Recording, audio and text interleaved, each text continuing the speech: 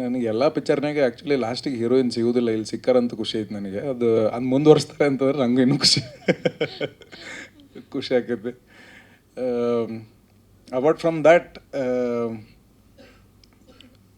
ಇವಾಗ ಬಿಸ್ನೆಸ್ ಆಗಲಿ ಅಥವಾ ಜನ ಥಿಯೇಟ್ರಿಗೆ ಬರೋದಾಗಲಿ, ಥಿಯೇಟ್ರ್ ಗೋಯಿಂಗ್ ಕಲ್ಚರ್ ಏನೈತಿ ಅದು ನೋಡಿದಾಗ ಒಂದು ಮತ್ತೆ ವಾಪಸ್ ಖುಷಿ ಸಿಕ್ತು ನಮಗೆ.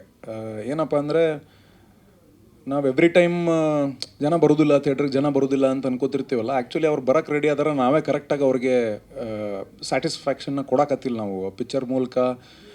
We are failing them again and again ಅಂತ ಅನಿಸ್ತು. ಅಂದರೆ ಯಾಕಂದರೆ ನಾವು ಇವರು ಒಂದು ಕನಸು ಹೊತ್ಕೊಂಡ್ಬಂದು ನಮಗೆ ಈ ಥರದ ಕತೆ ಐತಿ ಇದನ್ನು ಹೇಳಬೇಕು ಅಂದಾಗ ನಾವು ಖುಷಿಯಿಂದ ವರ್ಕ್ ಮಾಡ್ತೀವಿ. ಆ್ಯಂಡ್ ನಿರ್ಮಾಪಕರು ಇಲ್ಲ ಇದು ವರ್ಕ್ ಆಗತ್ತೆ ಅಂತ ಅವರು ದುಡ್ಡು ಹಾಕಿ ಕೆಲಸ ಮಾಡ್ತಾರೆ. ಎಂಡ್ ಆಫ್ ದ ಡೇ ನಾವು ಎಂಟರ್ಟೈನ್ ಮಾಡ್ತೀವಿ and end of the day ನಾವು ತಲುಪಿಸ್ಬೇಕಾಗಿರೋದು ಜನಕ್ಕೆ.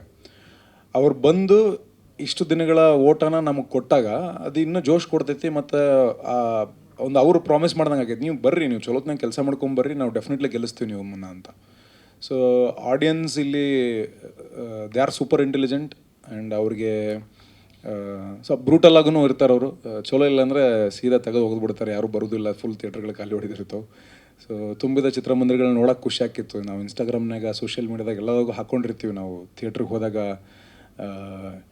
ಫೋನ್ ಬರೋದು, ಇವರು ಫೋನ್ ಮಾಡೋರು ನಮ್ಮ distributor Ravi and Kunal, sir Lulu ಮಾಲ್ಗೆ ಹೋಗ್ರಿ, ಇಲ್ಲ ಒರೈನ್ ಮಾಲ್ಗೆ ಹೋಗ್ರಿ, ಸರ್ ಅಲ್ಲಿ ಜಯನಗರದಾಗ ಸ್ವಾಗತದ ಮಾಲ್ ಐತಲ್ಲ ಅಲ್ಲಿ ಹೋಗ್ರಿ, sir Veeresh theatre sir 800 ticket ಇರುವಂಥ ಸೀಟ್ಸ್ ಇರುವಂಥ ಕೆಪಾಸಿಟಿ ಇರೋ ಥಿಯೇಟ್ರು 620 ಟಿಕೆಟ್ಸ್ ಎಲ್ಲ ಆಗ್ಯಾವ ಸರ್, ಹೋಗ್ರಿ ಸರ್ ಅಲ್ಲಿ ಅಂತ.